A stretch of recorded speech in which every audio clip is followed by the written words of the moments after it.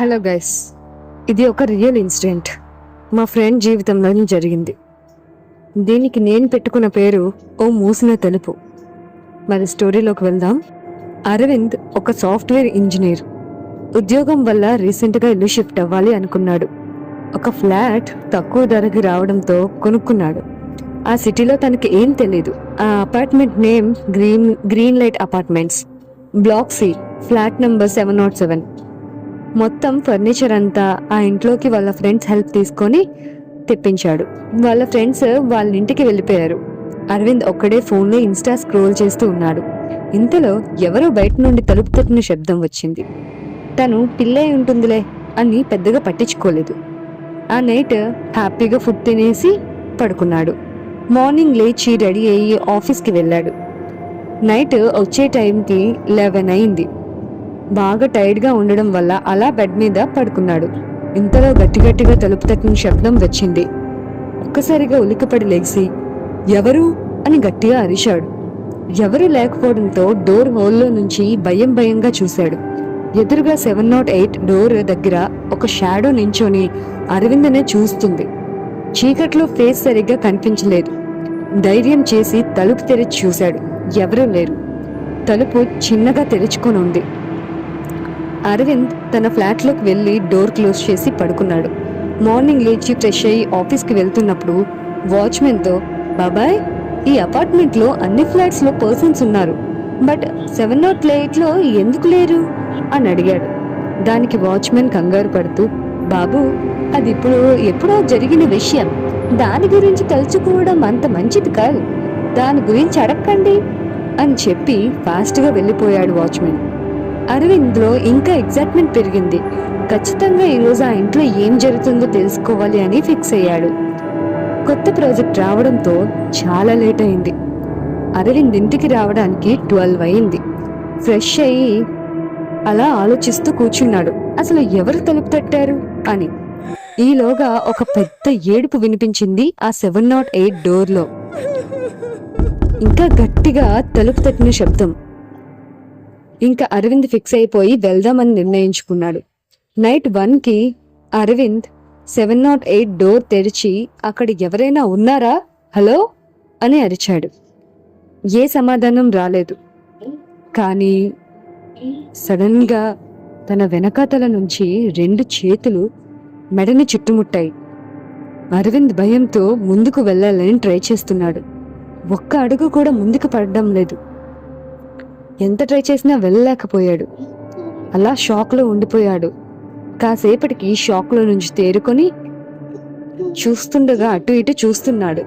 Light డిమ్గా వెలిగి ఆరిపోతూ ఉంది. ఇంకా భయం పెరిగింది. అక్కడ ఉన్న ఆత్మ, ఇక్కడికి వచ్చావా, వెళ్ళిపో, నీ ప్రాణాలు కావాలంటే వెళ్ళిపో, మళ్ళీ తిరిగి రాకు, వస్తే చస్తావు అని గట్టిగా అరిచింది. ఒక్కసారిగా అరవింద్ తిరిగి చూసినప్పుడు పొడవటి జుట్టు చెంపలపై వేలాడుతూ ఉంది. ఆమె కళ్ళు పూర్తిగా నల్లగా మారిపోయాయి. నోట్లో నుంచి రక్తం కారుతుంది. ఎందుకో అరవింద్కి ఆమె వస్తున్నట్టు అనిపించింది.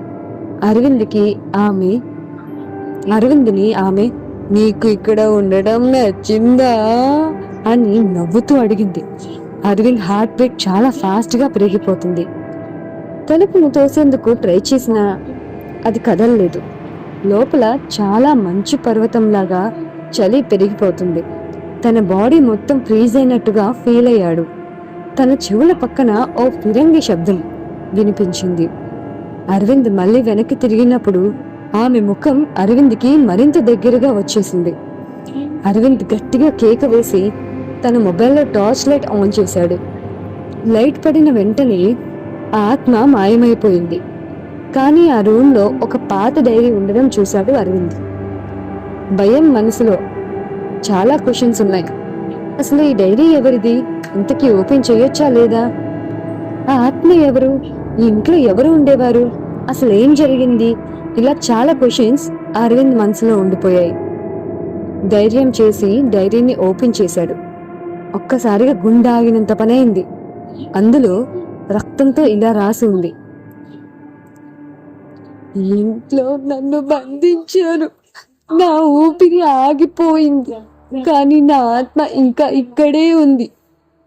అలా చదువుతూ ఉండగా లాస్ట్ పేజ్ చూసి కిందన పడేశాడు డైరీని. అందులో ఈ డైరీ, ఎవరైతే చదువుతారో నన్ను విడిపించాలి, లేకపోతే నువ్వు కూడా ఇక్కడే మిగిలిపోతావు అని రాసి ఉంది. అరవింద్ గుండెల్లో గుబులు పెరిగింది. డైరీని మూసేసి వెనక్కి వెళ్ళాలి అని ఎంత ట్రై చేసినా వెళ్ళలేకపోయాడు. అక్కడి నుంచి ఒక్క అడుగు కూడా ముందుకు వేయలేకపోతున్నాడు. తన చేతులు డైరీని గట్టిగా పట్టుకొని వదల్లేదు.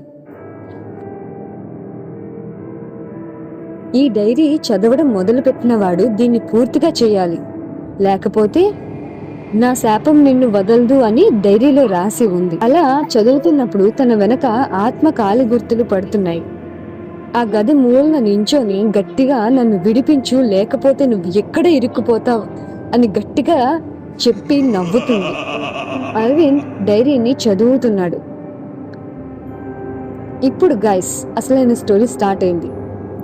ఒక చిన్న గ్రామం పేరు నంద్యాల. అందులో పరమేశ్వరరావు గారి కుమార్తె ఒక్కగానొక కూతురు సంధ్య. ఆ అమ్మాయి చాలా బాగా చదువుకుంది. తనకి నాన్న ఒక్కరే ఉన్నారు. అమ్మ చిన్నప్పుడే చనిపోయింది. ఉద్యోగం కోసమని సిటీకి వచ్చింది. కొత్తవారు ఎవరూ తెలీదు. చాలా అమాయకురాలు. ఎలాగైనా జాబ్ చేసి నాన్నని మంచిగా చూసుకోవాలని అనుకుంది. Greenland apartments block C flat number 708 rent తక్కువగా ఉండడం వల్ల తన సామాన్లతో షిఫ్ట్ అయింది. అంతా బానే ఉండగా ఒకరోజు ఎదురింట్లో ఉన్న సూర్య ఒక సాఫ్ట్వేర్ డెవలపర్గా వర్క్ చేస్తున్నాడు. చాలా మంచివాడు అనుకుంది సంధ్య. కానీ సంధ్యని పరిచయం చేసుకున్నాడు. అలా సూర్య తన కంపెనీలోనే సంధ్యకి జాబ్ ఇప్పించాడు. కొన్ని రోజుల తర్వాత ఇద్దరు మంచి ఫ్రెండ్స్ అయ్యారు. సూర్యకి అమ్మాయిలంటే పిచ్చి. సంధ్య పద్ధతి గల అమ్మాయి. ఒకరోజు నైట్ సంధ్య సూర్య ఆఫీస్ వర్క్ కంప్లీట్ చేసుకుని ఇంటికి వెళ్తున్నప్పుడు మధ్యదారిలో పెద్ద వర్షం స్టార్ట్ అవుతుంది. వెంటనే ఇద్దరు పరుగు పెట్టి అపార్ట్మెంట్లోకి వెళ్ళిపోతారు. సూర్య డ్రింక్ చేసి ఉంటాడు. ఆ విషయం సంధ్యకి తెలియదు. మెల్లగా అడ్వాంటేజ్ తీసుకొని తాకాలని ట్రై చేస్తాడు. కానీ తన ఇంటెన్షన్ తెలుసుకున్న సంధ్య సూర్యని బయటికి తోసేసి డోర్ వేసుకుంది. మార్నింగ్ సంధ్య లేచి ఫ్రెష్ అయ్యి ఆఫీస్కి వెళ్తుంది. ఇలా 1 మంత్ సూర్యతో మాట్లాడకుండా తన పని తాను చేసుకుంటుంది.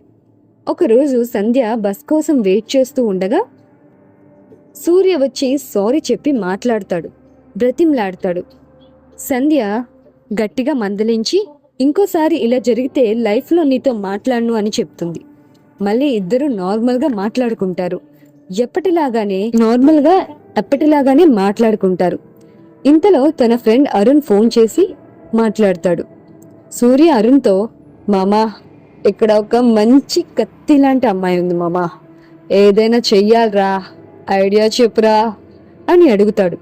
అరుణ్ కూడా మంచివాడు కాదు, ఒక ఐడియా ఇచ్చాడు. ఈ మాటలు సంధ్య వినింది. సూర్య మంచివాడు కాదు అని బాధపడి ఎలాగైనా ఫ్లాట్ ఖాళీ చేయాలి అనుకుంది. ఇంతలో సూర్య వచ్చి, హాయ్ సంధ్య, రేపు నా బర్త్డే, నువ్వు కన్ఫర్మ్ గా రావాలి అని చెప్పాడు. సంధ్య తన గురించి తెలిసినా ఏం తెలియలేనట్టుగా, మరి ఆఫీస్ వాళ్ళు వస్తున్నారా అని అడిగింది. లేదు, నాకు నువ్వేగా బెస్ట్ ఫ్రెండ్వి, అందుకే నువ్వు వస్తే చాలు, ఇంకా నా ఫ్రెండ్ కూడా వస్తున్నాడులే అని చెప్పాడు. సంధ్య సరే అని నైట్ ఎవ్వరికి తెలియకుండా బ్యాగ్లో బట్టలు సర్దుకొని కొన్ని డేస్ ఊరికి వెళ్ళిపోదాము అనుకుంది. ఫ్లాట్ మెల్లగా లాక్ చేసి స్టెప్స్ దిగి గ్రౌండ్లోకి వచ్చింది. ఈలోగా ఒక ముసుగు కప్పుకొని వచ్చిన ఒక అతను ఒక కర్చీఫ్ని తన ముక్కు దగ్గర చూపించి స్పృహ తప్పి పడిపోయేలా చేశాడు. సంధ్య వెంటనే స్పృహ తప్పి పడిపోయింది. ఇంతకీ ఆ పర్సన్ ఎవరు? సంధ్యకి ఆ పర్సన్కి సంబంధం ఏంటి? తర్వాత ఏమైంది? సంధ్య తప్పించుకుందా లేకపోతే చనిపోయిందా? అసలు ఆ ఇంట్లో ఉన్న ఆత్మ పేరు సంధ్యనేనా? ఏం జరిగిందో నెక్స్ట్ పార్ట్లో చూడండి.